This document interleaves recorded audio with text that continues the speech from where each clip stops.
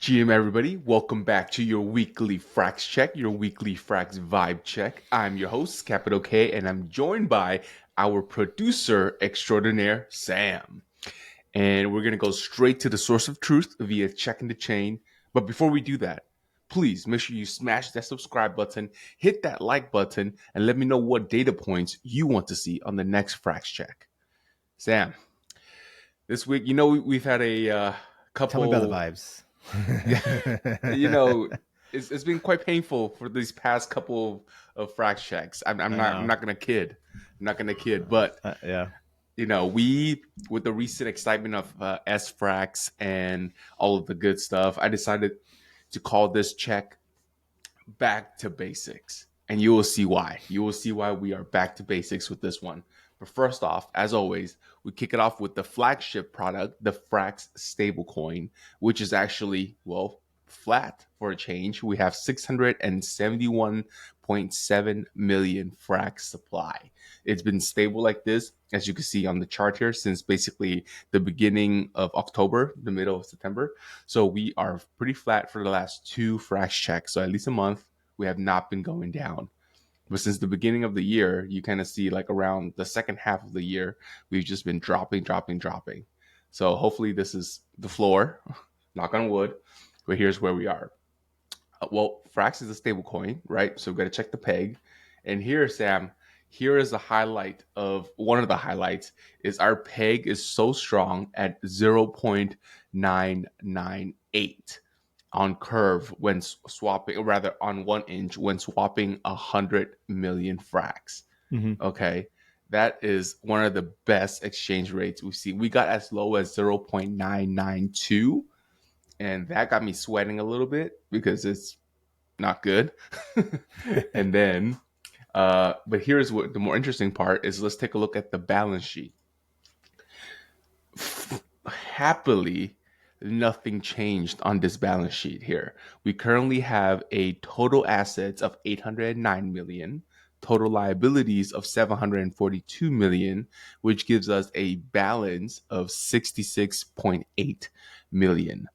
And I over have a the question. last 2 weeks, go ahead. Uh, okay, no, go ahead. Go ahead, and then I'll ask my Okay. question. Yeah, I was gonna say the last 2 weeks we've seen an increase of 1.2 million in the Frax supply, but therefore our balance decreased by 1.2 million since nothing changed on the asset side. So go ahead, Sam. What's your question? Who is being lent $2 in as like lent USD? I didn't even notice that. um, I honestly don't know. I honestly don't know who's being lent $2. I'm pretty sure that's probably dust on some AMOs somewhere, some lending AMO somewhere, but we did Oh just no, it costs more. yeah. It's I'm looking at it. So it's underlying USDC and Aave USDC AUSDC, Yeah, okay, there you go. There you and go. We it's on probably Ethereum. So it's probably cost too too much. expensive. Yeah. Too sweet to dust. Yeah, yeah. Okay. Okay. All right. But All it's good. nice. It just goes to Huh? show that there's a very high level of clarity and transparency in this balance sheet where even down to like $2 is being reported. I have one other Yeah. question though. Yeah, what's up? So SFrax is now live and we have off-chain assets that have been lent to FinRes PBC. Mm-hmm. Are those included in the balance sheet? That is a great question. Let Because me in ask. Yeah. really there should be $40 million somewhere that is shown to be off balance sheet, right? Yeah, yeah. It might fall under um hmm It should be like assets. It's an asset, right? owned Because it's like USD. well, it's a liability. It's like FinRes liability, right? Um Because there should be $40 million or $39 million of what was it? The S frax is the liability. the The SFrax is liability, but, treasuries but I'm saying the is the asset, asset. the asset of like debt, right? So we should have a $40 Yeah. million USD debt. Yeah, Uh, I think it should fall under owned USD because it's basically USD equivalent. mhm. So yeah, let me ask Justin about that. That's a great question. Let Actually, me ask no, you know Justin. what? It is because it is owned USD because I'm looking at the balance sheet now, and Mm-hmm. it's gone up to 57 million. So it's Ah, okay. changed Okay. Wow. significantly. Well, I put this together last night, so Okay, I yeah, guess yeah, it. we've seen I it. guess it. I get maybe they've been making some transfers, right? Yeah. Well, yeah. Again, this is the great thing, right, guys? This is a balance sheet that's updated per block. So Yeah. it's So we this is can a see feature. actually. Let's take a look right now. So owned USD is underlying DAI staked in DAI. So there's 31 million DAI Mm-hmm. staked in DAI. There is FPI held directly, Mm-hmm. and I don't know. That's not it. Oh, here off chain. So there's 2.9 million off chain USD, which is in Mm-hmm. FDIC insured bank deposit and short term US Treasury bills, Okay. and then Well, Paxos USD held directly. okay. Well, let me, like I said, let me touch base with Justin and get back to you on that because that's a good point. We should have like an off-chain sheet, or rather just a line item that says off-chain, so it's kind of clean. But anyways, I want to really quickly cover our collateral ratio. And here, guys, if you guys want to do this calculation at home, yes, there's been talks about how this calculation should be front page, front and center, because it's one of the most critical metrics. But the team is working on that. But Mm-hmm. for now, you could do a quick and dirty math as take the total assets, subtract the lock liquidity, which gives you what I coin treasury assets, divide that by the Frax supply, and then you get the collateralization ratio. And here it is 92.1%. And I'm happy to report that it is the same as last FraxCheck. Because collateral ratio has been in free fall for the last couple FraxCheck as well. So, like I Yeah. said, we're back to basics. We're going back to basics. Our Frax stable coin is stable. Our collateral ratio is stabilizing. And then moving on, we have our Frax Oh, can I ask BP. one other Mm-hmm. question? Yeah, yeah, And go ahead. about the locked liquidity. Can you Yeah, take a look at the duration of the locks? yeah. I think it's about a year and a half or so, like on average. Yeah, I looked Obviously, at something's the more than Uniswap. So others. the largest pool is like the Uniswap Frax USDC, right? Mm-hmm. And that one's locked in for like 2 to 3 years. That's like 60 Yeah, million. So that's like yeah, yeah. half of the locked liquidity. I think some of the other stuff is like AMO liquidity that they're using, which Mm-hmm. is unlocked. Yeah. But I see. mhm. What I wanted to create, Sam, was actually this graph that is like time on the x-axis and y on Like like the maturity date. cumulative liquidity. Yeah, Yeah, exactly. yeah. So that we see when it's like it's like it's sweating. When should we start sweating?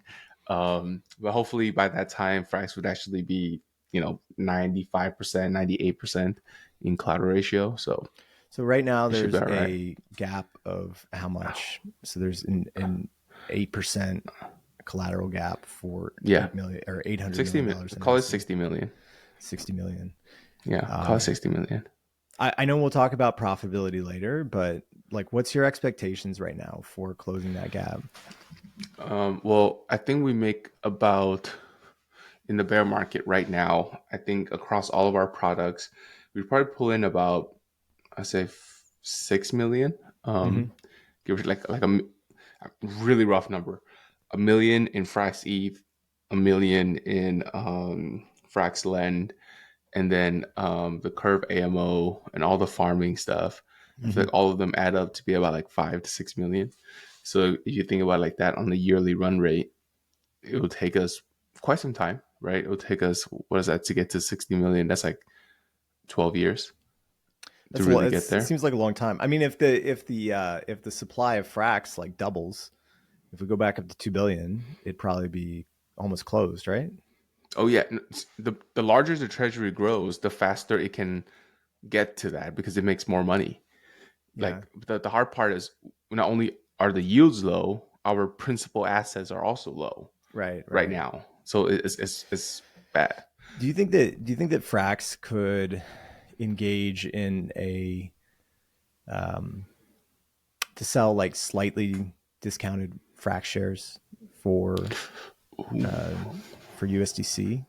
Like let's say tomorrow we put up a vote that said we want to raise $50 million everybody's going to get diluted.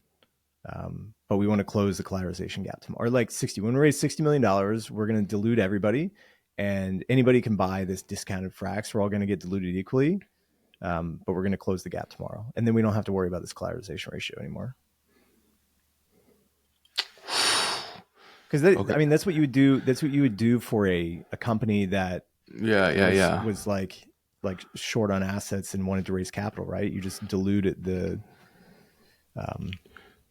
at the cost of everyone else. So you issue new shares, and then you raise that capital. Because I'm sure somebody would want to buy $60 million worth of FrxETH. Yeah, no. This I want to think of like the second order effects, what that would affect. Well, No, on the surface, I feel like it makes a lot of sense. Raising at that amount, but that would be a 10% dilution, though. Yeah, but what if you say that like we're gonna sell dilution. we're gonna create $60 million worth of new Frax shares. We're going to sell it, but the condition is that whomever it's sold to has to have it as like a 3-year VFX lock, and it's essentially like vesting, 3-year vesting. But we're going to sell it at a 20% discount or 15% discount, some sort of discount, whatever. And then we're just the conditions for that are that you're just going to have to lock it up as VFXS. I think it's actually better to even lock it up as like Frax FXS. Like a pair, like a liquidity pair. So it's like it becomes locked liquidity, not just VFXS. So it doesn't even get the VFXS yields. Yeah, but like there's more to that. I mean, like you would, let's just say it's a 1-year lock for a 10% discount. I don't know. That's 10% dilution to the whole 11% because you want to get that extra 10% discount.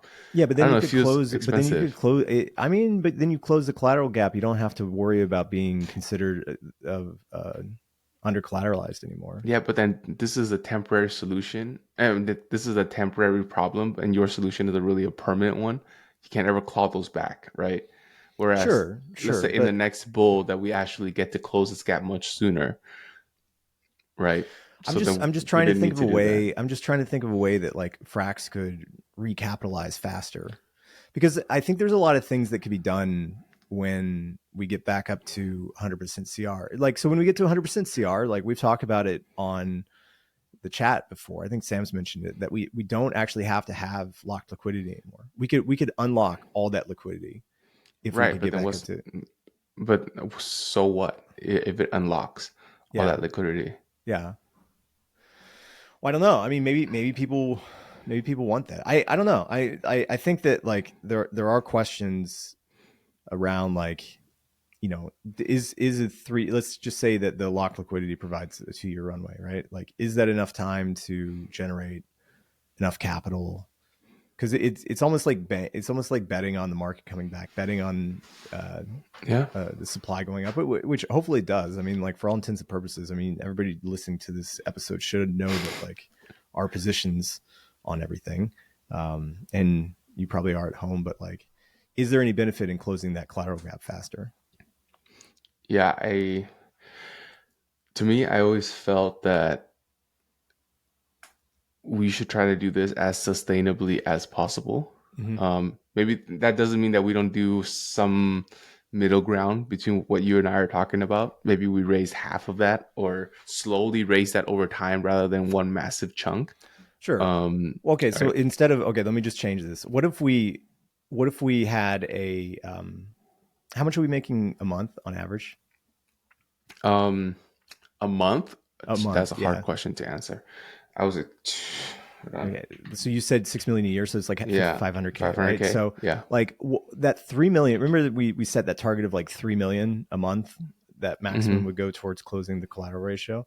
What if we allowed that to be filled up? So we said, okay, we're going to use all of our protocol income to come and try to recapitalize. And any excess. So say we only get like 500K this month in revenues. What if we have 2.5 million in excess, where we're just going to allocate that to the community, and we're going to sell discounted.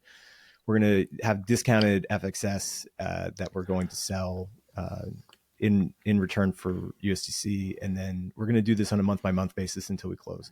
And so, it might be the case that we close faster and we only have to run the program for like a couple of months, but then you set like a fixed rate cap on how much your like dilution is happening, and it's much slower and it's not a one-time thing.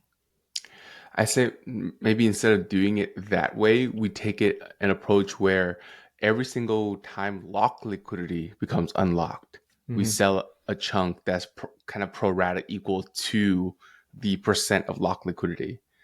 So meaning if 25% of locked liquidity is going to come out, then we need to increase the collateral ratio by 2% because we're 8% away, another 25%. So Yeah. like, we time it against the locked liquidity because that's the real clock. Everything else doesn't matter. Like that is the real clock. Yeah, Like but I this, don't see I would rather like not have to take into account the lock liquidity. I would just like to say like I mean, this is the most practical way though, Sam, because what you talked about, that 3 million a month, like those are all targets, arbitrary targets. Whereas this lock liquidity being unlocked is real, and we should tackle it directly and address it as it becomes unlocked. We buy enough treasury assets to kind of make up for that locked liquidity, or maybe it's cheaper to actually incentivize them to relock it longer, right? Like I also Yeah, no, I get that. I get that. What I'm saying is like if we had this $3 million like thing that we're going to fill, we could that would provide a fixed amount. So like we have a $60 million gap. We need to start raising $3 million a month, and we sell any part of that portion which is not filled up by protocol profits, and then so Frax has like first bid. It's not even first bid, right? Like first preference to come in and fill that 3 million, and then anything else that needs to be done will be sold off. And then that way we could say like 60 million, 3 million a month, where it's going to take 20 months. So we're looking at 2 years. That's around the time that locked liquidity on average is locked up for. And we should know that by the end, like barring anything, assuming everything stays the same, that will fill that gap. Yeah.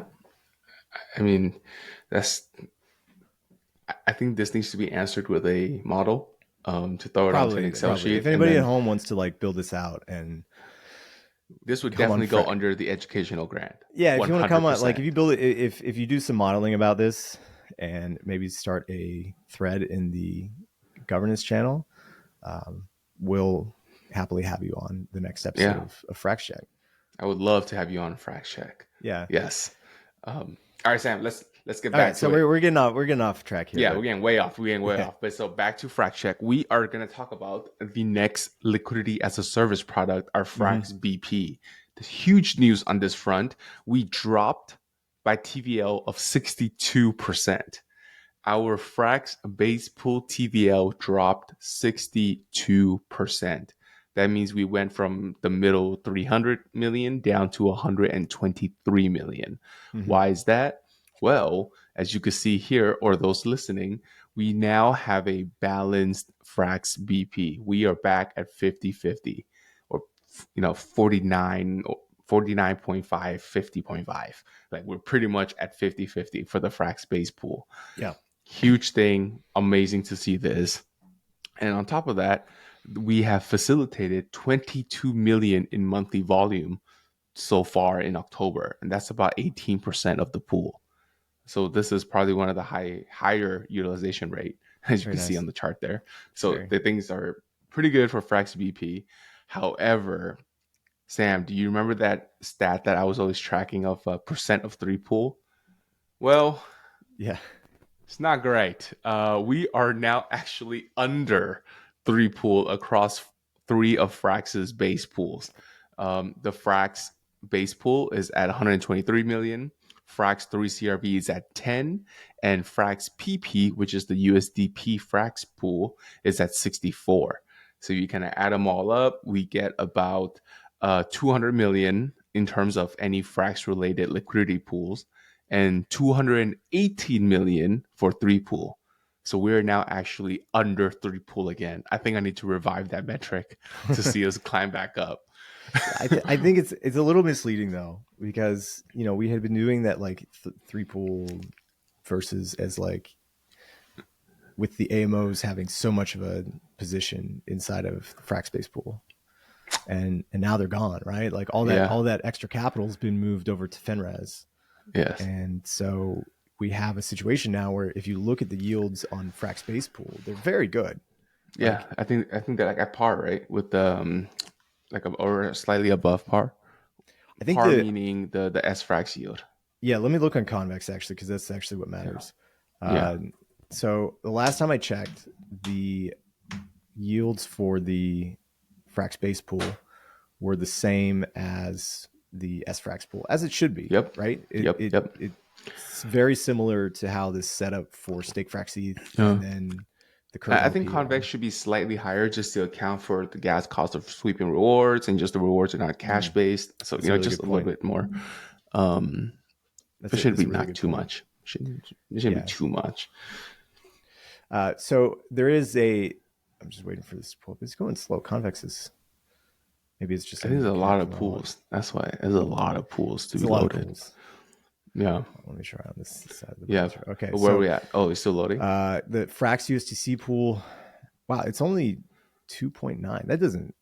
Is that right? Maybe it's like. Oh Um, no, sorry. It's 9.29 yeah, as the there you go. base, and then you can boost it up to 10.5%. So There you that go. is very significant. Yeah. Those We're, is nearly what 1.5x that of the pool. that's great. So Yeah. yeah, like I said, Congrats to all those people who locked up and are in Fresh Base Pool. well, the Frax BP is also down bad from the very beginning because it got as low as 2% at one point. So those who locked also had to suffer through that. So either way, everybody's Oh, it winning was now. down lower than that. Yeah, it It, was it it, was got, it was it quite was painful. it was really bad. Uh, Yeah, yeah. but anyways, I want to highlight now since we're talking about the S Frax compared to Frax base pool, I Mm-hmm. have a new S Frax page. Oh wow. Here we have a TVL. Oops, I forgot to update that. The TVL is supposed to be 39.6 million, and we are at currently right now 221 S Frax holders. Okay, and we're printing 6.8% in APY. Mm-hmm. I'm say that again, so ignore this number. It is 39.6 million with 221 holders earning 6.8% APY. Now, Nader created a pretty cool Dune dashboard here that kind of highlights where did these fracks come from. And an aggregator is just like cow swap, 1inch, etc.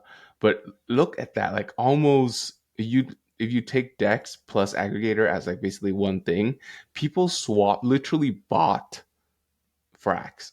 Like Mm-hmm. almost 70% of people bought Frax to come into this pool. So they had to sell and swap some assets for the Frax stablecoin. 20% lend, so meaning someone borrowed Frax to put into this pool. So someone's doing a carry trade, hopefully to earn more here than the cost to borrow. But yeah, so I thought this was quite interesting to see. Yeah. Um, And that was and the yeah, reflected in the chart. If you go to Curve and look at the Frax USDC chart, the mm. price spiked all the way up to 1.0 or 1.015. Oh, okay, there you go. Confirmation. Yeah. Confirmation. Nice. Yeah. And then this one, I really like to see the vault, which I could only imagine to be another word for like DAO multi-sigs, Mm-hmm. right? It's still a tiny sliver, as you can see right here. But hopefully this little sliver is going to change over time and get wider and wider and wider. But yeah, this is good to see that people actually bought a ton of Frax and not just got levered up to Look come at in those here. So smart I people like to using see that. aggregators. Huh? Look at those smart people using aggregators. Okay, so what are you saying about the 20% that are not using aggregators? I'm saying they're getting fleeced. Like, you know, Yeah, no. they're probably using MetaMask swap to buy Oh, Frax. damn. That means they start off in the negative already. They need this number to be an 8 in order just to make up for that 2%. All Exactly. right. Well, jokes aside, we're gonna switch gears and go to our other stable coin, which is FrxETH. We saw a nice little bump here at 2.3% since last FraxCheck. We are at 274,383 Frax Ethereum. And where are all of these FrxETH hanging out? I'll tell you. 73% is in the SFraxETH, earning that sweet native ETH yield. And 6% is in the FraxETH ETH pair. What's notable here is half of that evaporated over the last 2 weeks, and it got dispersed over to FrxETH and WETH, okay, which is now at 8%. And then we have FrxETH and STETH at 2%.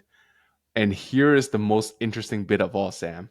Else, meaning the L monetary premium here is at 11%. This is the highest I've ever seen it. We've hit double-digit monetary premium on FrxETH. Very I cool. have no idea where these FrxETH are hanging out. Frankly, I don't care because it's just out there now, which is awesome. 11%, Sam. Like, that's crazy to me. This is not capital efficiency, and this is not capital inefficiency, because everybody knows if you're this deep into DeFi, you know how to use your money effectively. So these people are definitely actively using their Frax ETH somewhere else. So I think this is just freaking amazing. But anyways, like always, Frax ETH is a stable coin, so we got to check the peg, folks. So here we're gonna see the peg at 1.007. This stable coin is trading so beautifully with an exchange rate of 1.007. How amazing is that? That's really Okay, nice. how amazing is that? Um, oh, hold on one second. Let me update that. You know what is the most interesting stat that I've seen is that yields across the board are down. What do you mean? So the stake Frax APR is down to 3.87.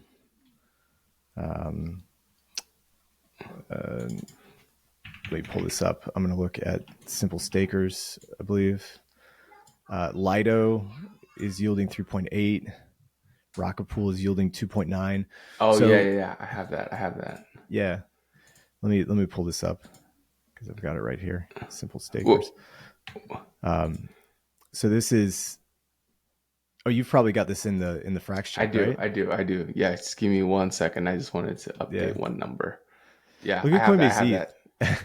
Okay, can we just talk about Coinbase ETH here? So Coinbase ETH has a effective APY of minus 3.96. Because they have their fees. Exactly. That's Yeah. interesting. Okay, Oh, that's crazy. that's But interesting. we're number two, so we have an effective APY of 4.16, and Stakewise is up at 4.2. But really, it's the decline in fees here is attributable to just gas fees being down across the board. People took off for Doing that summer, shit. Yeah. and like they're just doing stuff. Like if we look at the growth chart, I like this chart. I was looking at FraxFacts. Looking at FraxFacts, we've grown since June. We've added on what? Like I'm just going to go from the top here. So there's 150,000 ETH staked in June.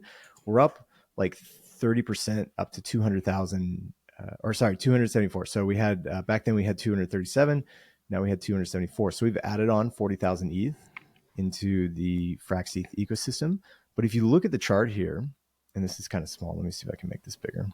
If you look at the chart here for rewards, it's kind of flatlined since that same period. So since July, like we've added on 30% more validators, but the ETH yield, or at least the fees and the tips and everything has really flatlined since that point. And that just goes to show that like activity across the board in cryptos like just flatline. But we all know this. I mean, like this just we see this every day.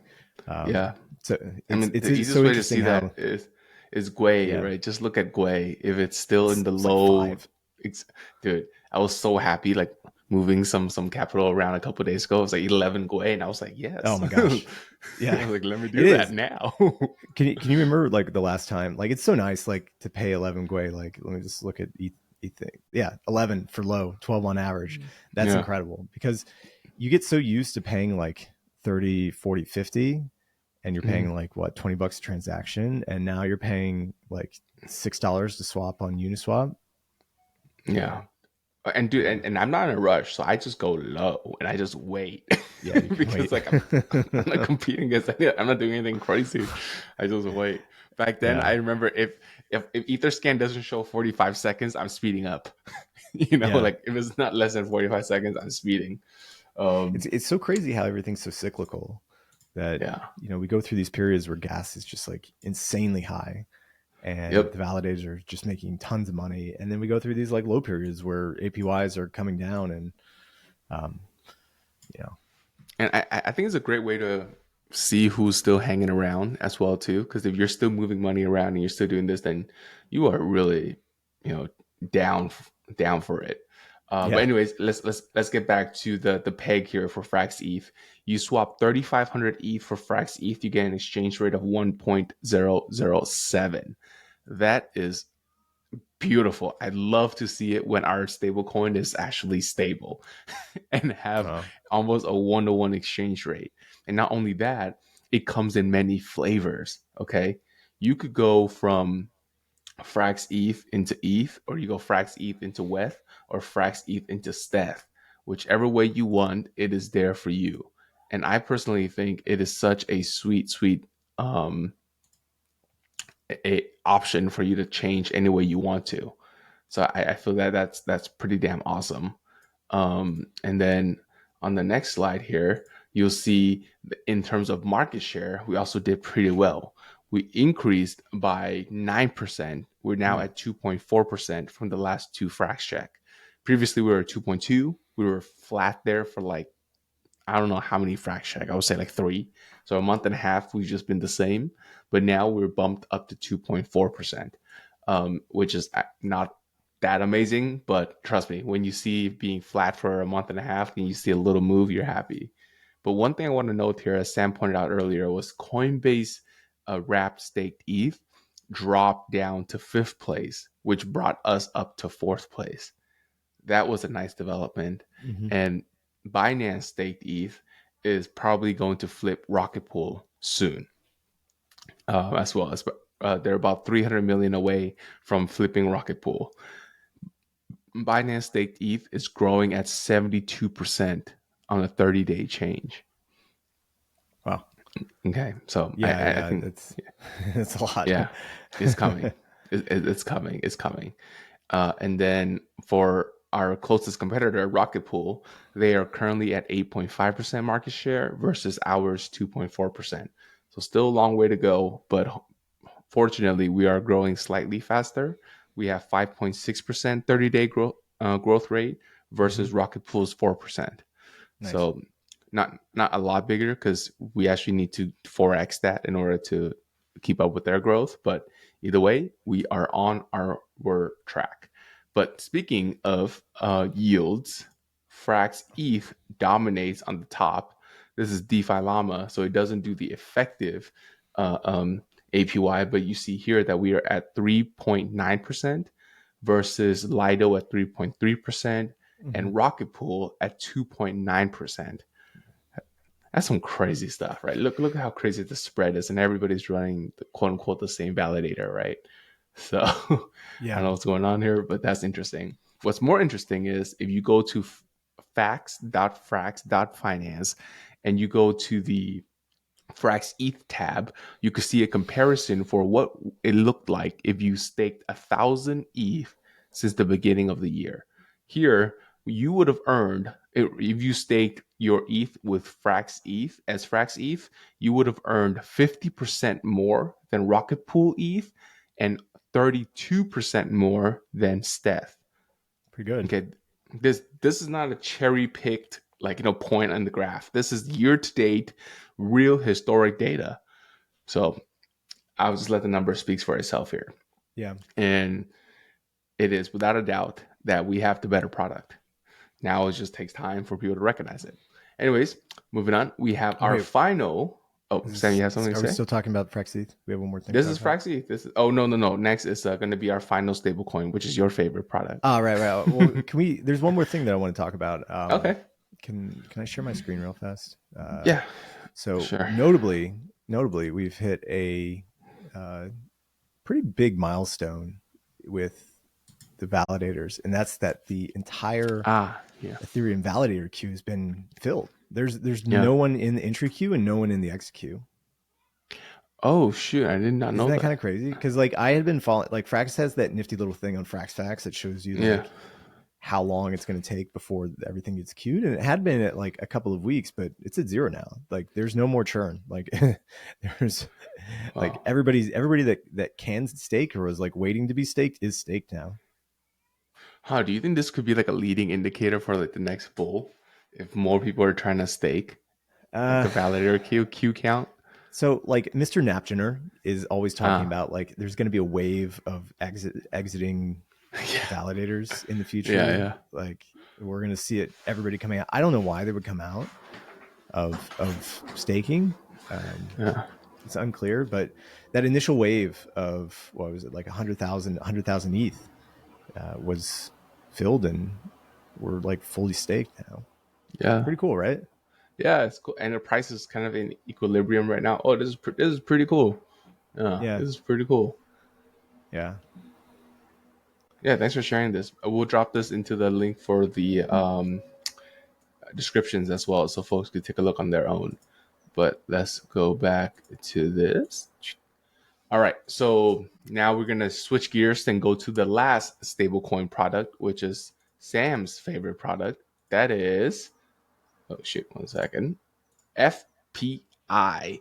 Here we saw a 0.1% growth rate in the supply. We're up to 85 million flat now. We were at 84 point some number for the longest time ever. Now we're at a nice 85 round number. Inflation indexed at 3.7%. And FPI is actually above PEG by 0.4%. Very nice. In Mm-hmm. the treasury value side, the treasury grew by a couple hundred K. So now we're at 92.9 million. 36% of that treasury is inside the convex FPI Frax pair for liquidity purposes, obviously.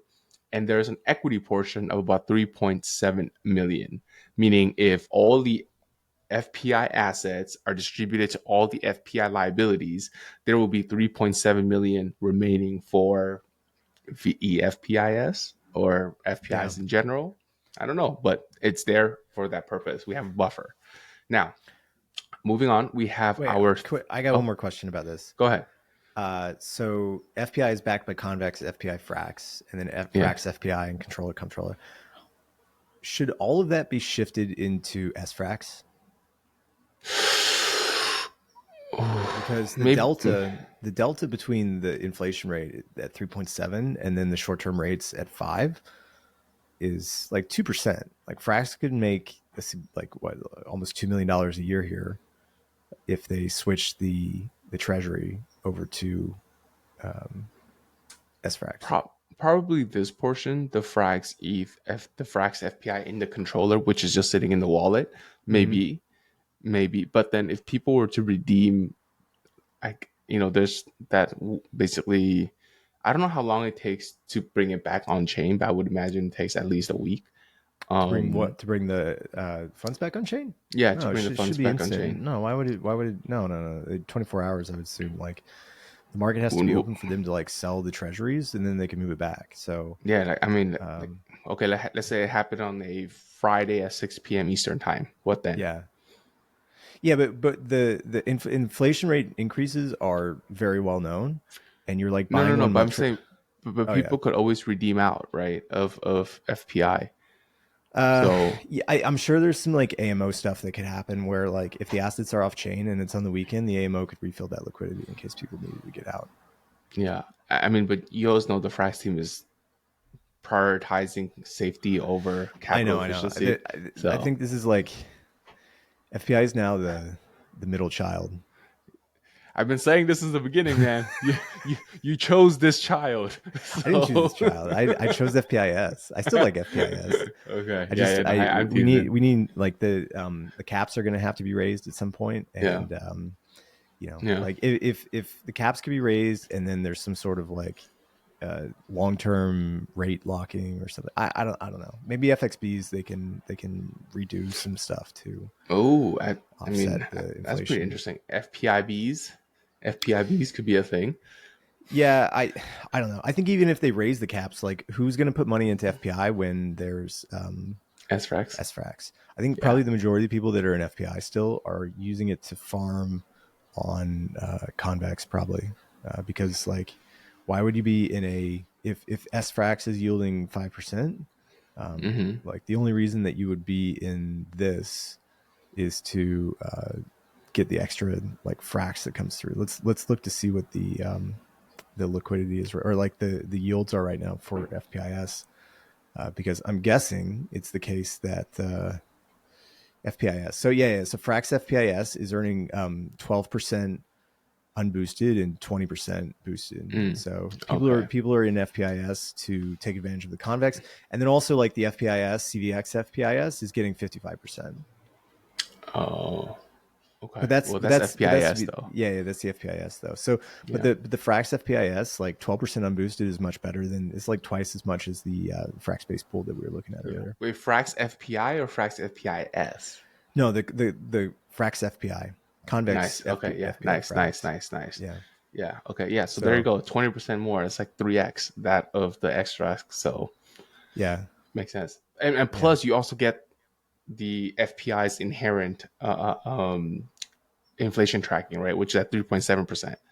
So yeah. you add that 3.7 on top of that 20 is 23.7, It's right? pretty good. So It's actually really good for like a stable coin on one side and then an inflation tracking stable coin on the other. It's pretty good. pretty much a stable coin on a stable coin. Actually, Mm-hmm. that's not a bad pair. I should probably look into that. Yeah. Not financial advice. All right, guys, moving on. We have our first sub protocol, the Frax Lend. Here, I added this red line so everybody could see. But you could, as you could tell, like for those listening, we are kind of flatlining ever since the big flush out at the end of August, early September, where Frax Lend made $250,000 in liquidation. Mm-hmm. Ever since then, in terms of borrowed, we pretty much hovering around the 61 million, 62 million number. So for the last 2 months or so, we've been pretty flat here. Our TVL has also remained pretty flat at about 218 million. It's been hovering 200, 240. And lastly, we have a 67% utilization rate, which is you take the borrowed amount of Frax divided by the total amount of lent Frax. So Frax available to be borrowed. That's at 67%. I like to see this closer to 80. I think it's a more capital efficient when it's at 80, but obviously I can't control when people borrow. But what's notable here though is that if you look at collateral value, we are hovering, like we never really recovered after that flush in early August, late September as well too. We've pretty Yeah. much been just flat. So nothing much to report here on Frax land. So I would say there's a couple of things here. Um, Hit me. if you look at where the CRV liquidity has gone to, Michael's moved his entire position off of Aave and he's moved it over to Silo. Right. Have we talked to, did we have the Silo guys on the podcast? No, not yet.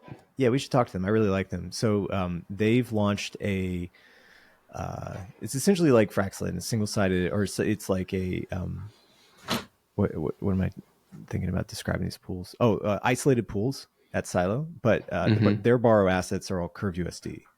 And so Michael is kind of like quasi using them to fund his CRV borrows, and then also bring in new pairs for over there as well too. Oh, that's interesting. Yeah, Cool. All right. yeah. That's good. That's good to know. Which at some point, SFrax is going to be added as collateral to CRV USD. I mean, that's something that I'm really looking forward to. I think that's like where the next big lending, because like at the moment, if I'm looking at my volatile assets, my ETH, my Frax shares, really anything that I have and I would want to borrow against, I don't want to do it right now. Like the vibes are not that great. I don't know where the bullish catalyst is. Like it doesn't feel that like what the opportunity cost of like taking on more leverage at this point in the market doesn't really make sense. But if I had a ton of stake Frax and I had good yields that I could borrow against, I would just do that and loop up. And we've been hearing a lot about that in the community, haven't we? Yeah, no, I definitely want to loop up, but then seeing that FPI Frax pair makes me think, should I even take on that kind of risk? I Like know. The to middle loop child up? always gets forgotten about, but they're usually like Yeah, the no. smartest and the Yeah. most talented. Yeah, I didn't think about that. So I'm gonna look deeper into that because I would have to loop what 4 times just to match the FPI Frax like. And I mean, granted, you could obviously go way higher on the looping, and the soft liquidation on CRV USD is nice. So maybe there's an argument Hmm. for either way. But maybe the vanilla option would be the FPI Frax. But Yeah. anyways, I want to hop into our final DeFi, the leg of the DeFi Trinity, our Frax swap. Nothing much to report here. It's been the steady Eddie, the old reliable, 61 million in TVL, processed 35 million in trading volume, 57% of the TVL is utilized, slow and steady, strong and good. And the top pair for FraxSwap is obviously FXS Frax, processing 12.4 million in 7-day volume. We're getting back to what I think is like the normal bear market volume for Frax, FXS. It's like about this $15 million range. For a good 2 to 3 months there, we were trading in like the $5 million range. Mm. I was like, that's when I was like, okay, no one is paying attention to this coin right now. Like literally no one. Here's like now we're backing the attention a little bit, and you see it in the price action. But now to the final part of the show me the money of profitability. The Oh wait. Fraxland, Before we get there, uh huh, let's just can we talk about like one other lending market? Like, I just want to talk about Curve USD. So, mm-hmm. I think they're our biggest lending facility outside of Fraxlin, right? So, there's 15. How much is total? So there's $9.4 million worth of uh, debt that's been borrowed against stake FrxETH and Curve USD, which I think is notable, right? Like, it's not like the 30 or 40 million that's in Fraxland at the moment, but it's still pretty significant. And seeing how closely tied the two protocols are together, both on the swap side and then incentives, and now the borrowing side as well too. I think Mm-hmm. and then also stake Frax, which I think like I don't think that we'll see a stake Frax pool for Fraxland, but we're definitely going to see something for Curve USD at some point. And it's that like Oh, sharing of Sam, did risk. you freeze? Okay. Did I freeze? Am I Yeah, yeah, you frozen? did. But you're back. Yeah. You're Okay. back. Oh yeah, yeah. So it's that like sharing of risk, which like helps uh, strengthen the protocols, right? Because like it would look a little weird if like Frax was offering like a Frax borrowing pool for stake Frax on its site, right? But if Curve Yeah. USD does it, then we can like It's not an arm's have length. not yeah arm's length. It's not so incestuous and yeah yeah. It's not so incestuous. Yes, thanks. Thanks. We appreciate that. We definitely don't want to seem too incestuous with Was our like products. you get your Frax, you put in stake Frax, you then borrow against it, and then get more Frax, and then put it in stake Frax. Like it become you can't. I don't think you can borrow the thing that you're like lending out, right? It'd be like whose balance sheet does it go on, right? So it's being borrowed, like the SFrax token is being borrowed or used as collateral, but then the collateral inside the stake Frax is being lent out. Yeah, because Frax would have to mint Frax to do that, Yeah, right? mint So Frax through the AMO. Yeah, it's just weird. it'd It's be like, what? incestuous. Yeah, So that one Frax is backed by two Frax? yeah. No, no, no, no. Yeah, let's not go down the circular math, but let's talk about real numbers, which are the revenues. Pretty And good. here, FraxLend is printing about 27K per week. And this is like pretty steady. So I like to just round down to make it 25K a week. We've been earning this throughout the bear, Mm. regardless of liquidations or crazy market volatility or whatever. But this 25K number is pretty sticky. So if you just take that, it's been about 2 weeks or so in October, we earned like 54K in revenue Mm. so far. So for Fraxland as a product, I see it as on a yearly run rate of about 1.2 million, which is I think really really awesome for a Frax stablecoin. I'm sorry for a lending protocol that is in house and we built it. And Fortunately for Frax, we are the largest lender on FraxLend, so we're dog fooding ourselves there too. As you can see here with the FraxLend AMO, total Yeah, lent out Frax is 62 million. And I think the utilization rate for our Frax is way higher than the 60% that is shown on the dashboard. I think we're closer to 80. So we're very, very capital efficient. Um, Unfortunately, though, there has been one liquidation in October for no, 1.3K that is on a FrxETH Frax pair. It was a small amount, but definitely painful nonetheless. It happened 7 days ago, so stay safe out there, everybody. That's all I wanted to say. All feels right, bad, man. yeah, feels bad. We don't like to see this, but I'm here to check the chain, so here it is. But moving on, we have our FPI revenue for October. We are actually down. Shoot, that's supposed to be a negative $18,712. So we're down small on October. Therefore, we have this um, excess balance of 3.7 million to kind of absorb all of these losses, right? We have good months and bad months. So here's where it looks like currently right now. But usually for FPI, we see a break even month, like over the board, like down 1 month. The next month will be Yeah. like up. So it kind of breaks even. That's why we've been having that 3.7 million buffer. It got as high as 4.3. So it's definitely been dwindling down. But nonetheless, it is there just for this exact purpose. Can we bring up Last, the like month to mhm. month balance sheet so everybody can see?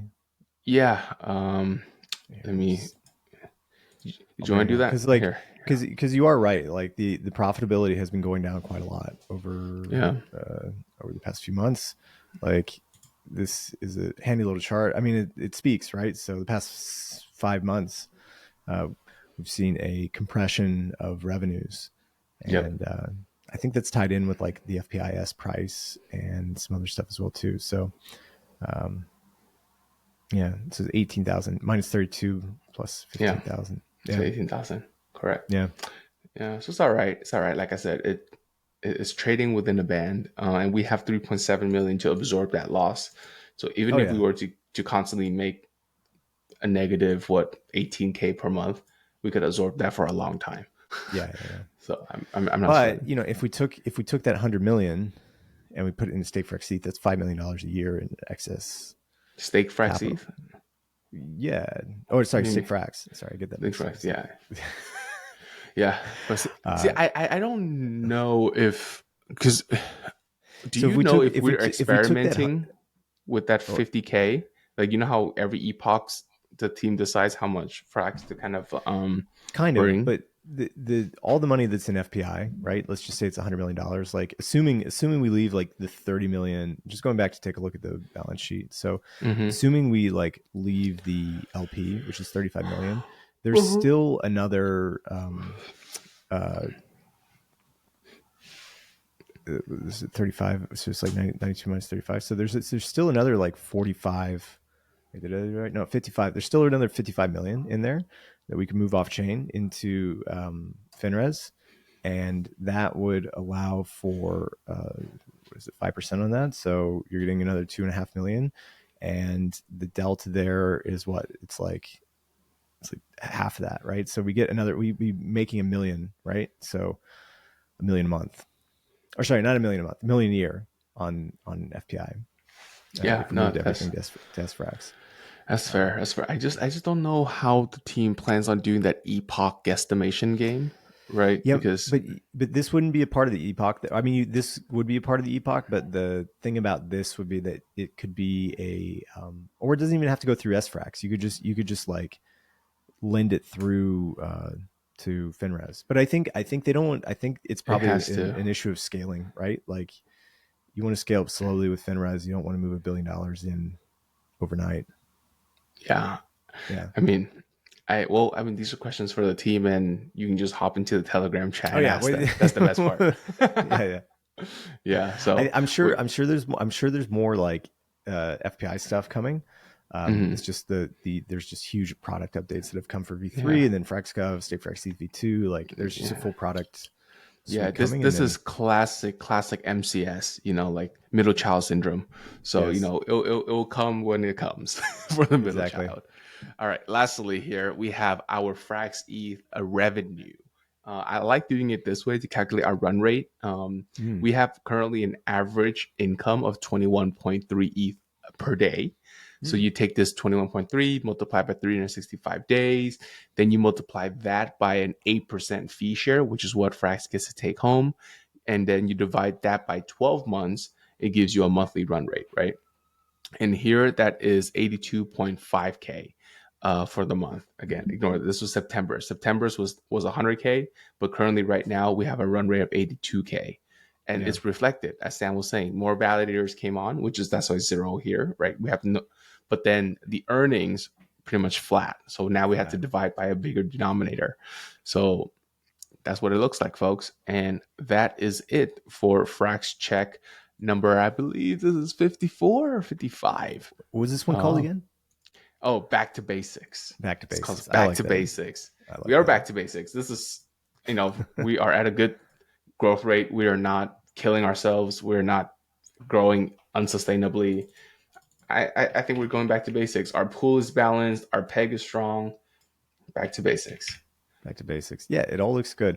I think there's so much to talk about over the next few months that we spent an hour here, and I like these aren't even like super relevant things to talk about, but I'm sure they will be in the future. Like once we get all Yeah. these product updates out. Yep, agreed. I think that the biggest change though for us would be like the lock liquidity, which I'm Mm, actually working with a couple of dashboard wizards to figure out how to get that kind of chart to see the maturity trailing off to see when we oh should yeah. start freaking out. So I got that in the works. Aside from that, I also want to track this one metric that I feel is as important as the collateral ratio is Mm-hmm. the non-Frax owned Frax. Mm, So non-PLL Frax. What is that number looking like? that's a really You good. could Yeah. calculate that yourself. You calculate that yourself via the balance sheet, but it just requires some Excel math. I wanted to turn Yeah. that into like a nice dashboard as well too. It's like cloud ratio, dollar Frax that we don't own, plus our lock liquidity. Just one clean dashboard. This is like all the health you need to know about the Frax stablecoin. Yeah. Full stop. And that's probably better because like when the supply stays at the same level for 4 months, it doesn't really like tell you about like the amount of frags that's being held outside of POL. Yeah. No, Yeah. and it was and Frax is the largest Frax holder. Just Yeah. fully set that out there so people know. Yeah. But anyway, Sam, that wraps it up for this Frax Check edition. If you want to catch every Frax Check, make sure you smash that subscribe button, hit that little bell icon just so you know that whenever we come live on, and make sure you head over to our website flywheeldefi.com to learn much, much more about the world of Frax and the DeFi ecosystem writ large. And you can find me at 0xcapital_K. I'm at traders_insight. And we'll catch you on the next check. Peace. Peace. Wait, what?